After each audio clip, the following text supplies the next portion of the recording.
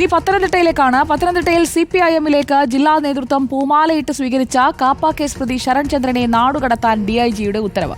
Criminal പശ്ചാത്തലമുള്ള ശരൺചന്ദ്രൻ പാർട്ടിയിലേക്ക് വരുന്നതിനെ CPIM Pathanamthitta ജില്ലാ നേതൃത്വം അനുകൂലിച്ചിരുന്നു.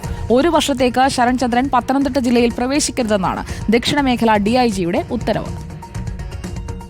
പത്തനംതിട്ടയിൽ കാപ്പ കേസ് പ്രതി ശരൺചന്ദ്രനെ കാപ്പ കേസ് ചുമത്തി 1 വർഷത്തേക്ക് നാടുകടത്താൻ DIG ഉത്തരവിട്ടതിലൂടെ വെട്ടിലായിരിക്കുന്നത് CPIM ജില്ലാ നേതൃത്വമാണ്.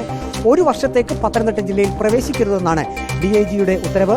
പാർട്ടി നേതൃത്വം ശരൺചന്ദ്രനെയും കൂട്ടരെയും മാലയിട്ട് പാർട്ടിയിലേക്ക് സ്വീകരിച്ചത് ഏറെ വിവാദമായിരുന്നു. CPIM ജില്ലാ സെക്രട്ടറിയായിരുന്ന KP ഉദയഭാനവും ആരോഗ്യവകുപ്പ് മന്ത്രി വീണ ജോർജും ചേർന്നാണ് ശരൺചന്ദ്രനെ പാർട്ടിയിലേക്ക് മാലയിട്ട് സ്വീകരിച്ചത്. ശരൺചന്ദ്രനോടൊപ്പം 40-ലധികം പേരും CPM-ലേക്ക് ചേർന്നിരുന്നു. ക്രിമിനൽ പശ്ചാത്തലമുള്ള ശരൺചന്ദ്രനെ പാർട്ടിയിലേക്ക് സ്വീകരിച്ചതാണ് ഏറെ വിവാദമായത്. BJP-യിലും യുവമോർച്ചയിലും പ്രവർത്തിക്കുമ്പോഴാണ് ശരൺചന്ദ്രന് മേൽ കാപ്പ കേസ് ചുമത്തപ്പെട്ടതെന്നും BJP യുവമോർച്ച ബന്ധം ഉപേക്ഷിച്ചാണ് ശരൺചന്ദ്രൻ പാർട്ടിയിലേക്ക് വന്നതെന്നും അന്നത്തെ CPIM ജില്ലാ നേതൃത്വം വിശദീകരിച്ചിരുന്നു. അയാൾ ഒരുപാട് ക്രിമിനൽ കേസുകളിൽ അയാൾ പങ്കാളിയായിട്ടുണ്ട്.